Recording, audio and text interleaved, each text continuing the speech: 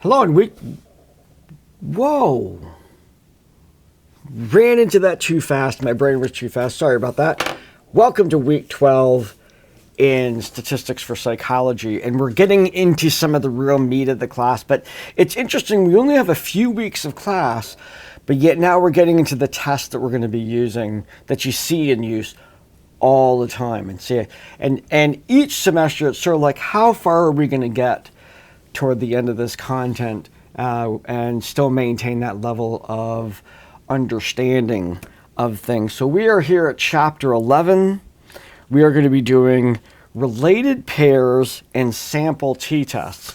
And I want to put this in context of the choices we have to run statistics in order to come to conclusions about hypotheses in relation to design, which is the next class, the methods class, research design, looking at. I want to introduce and review a table or a graph that's in your course book.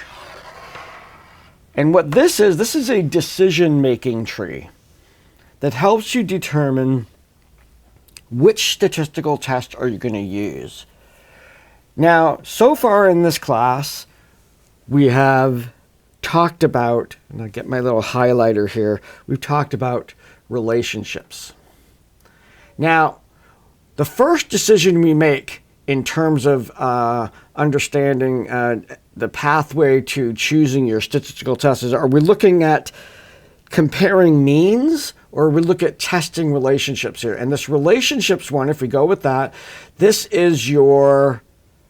these are all the correlations right here. And we talked about the Pearson R and the regression. At the end of the class, we're going to talk about the chi-square.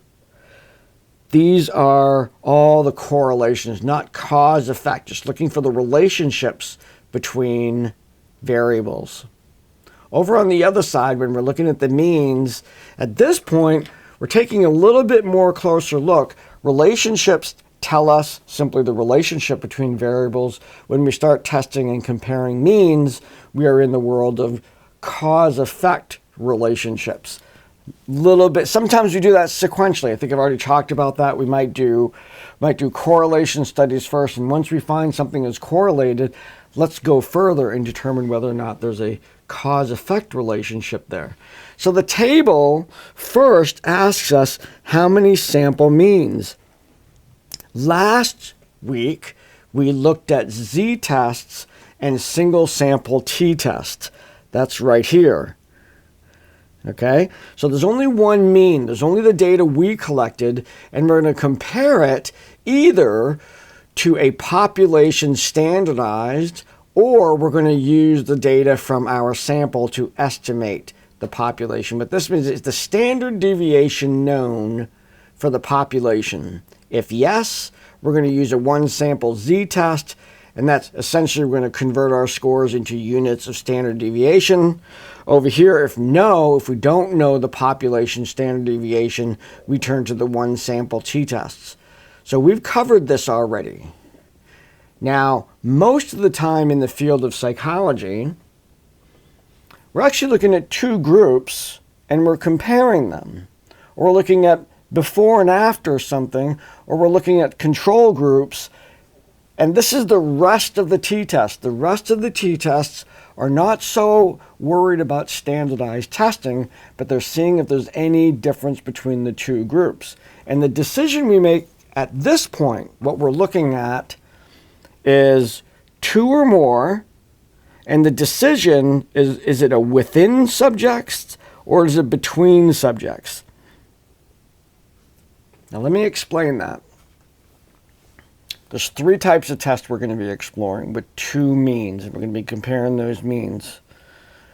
The first one is a test-retest model. That is a within groups study. We're taking the same 10 people, and we're going to measure before, then we're going to do an intervention, then we're going to measure again the same people. So we have a mean before and we have a mean after, and that is called a within groups design. it's often what we use for medication treatments. How are you feeling before you took the medication? How are you feeling after the medication? And we assume that there's any changes, it's probably due to the medication. Now, the other way that we do that in medicine and in many other places is we'll take a group of 10 people and we'll take another group of 10 people that have been matched. They're the same in all the parameters that are important to us. Let's say if we were looking at something in terms of health, we would ensure that both groups have the same general level of health, same mix of genders, same mix of education, whatever parameters. We try to make sure that those groups are matched. We would measure both of them before, and we measure them after one group gets the medication, the other group does not. And in order to make their experiences exactly the same, we would give them what was called a placebo. So there might be a design that we would have. We'd have one group, you have group A, group B. Group A gets the medication. They don't know it. They don't know which group they're in. Group B gets no medication, but they might get a pill, like a sugar pill of some kind. So they're still going through the process of taking a pill, and we will measure the effect of that in each group. And by doing that, we determine whether or not the medication versus the sugar pill makes a difference. That whole model is called using a control group. It's all starting to make sense, right? You've heard these things before. So we have the experimental group and the control group, and they're matched. Now let's look at our test choices that we have. That's right. This is the within subjects. That's the before and after. Pre-test, post-test right there. Then we have matched samples. This is the experimental group and compared to the control group. And for both of that is this week's test is the paired samples t-test.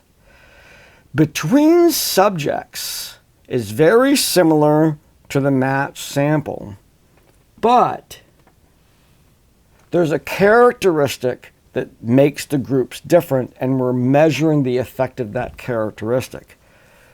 When I get into that, we'll be talking about them as populations. Let's say we want to compare nursing students to psych students. They're all KVCC students. They're all from that population, but there's subpopulations. There's KVCC students, all of them. Then within there are nursing students and psychology students. If we wanted to investigate something about being a nursing student versus being a psychology student, that would be the independent samples t-test. We're not there yet. Right now we're looking just taking students from KVCC, sampling from the big population. We're not making a distinction as to what major they're in. So if we're looking at our decision making, we're looking at this area right here. We're looking at means. It asks us how many sample means. We're going to have 2.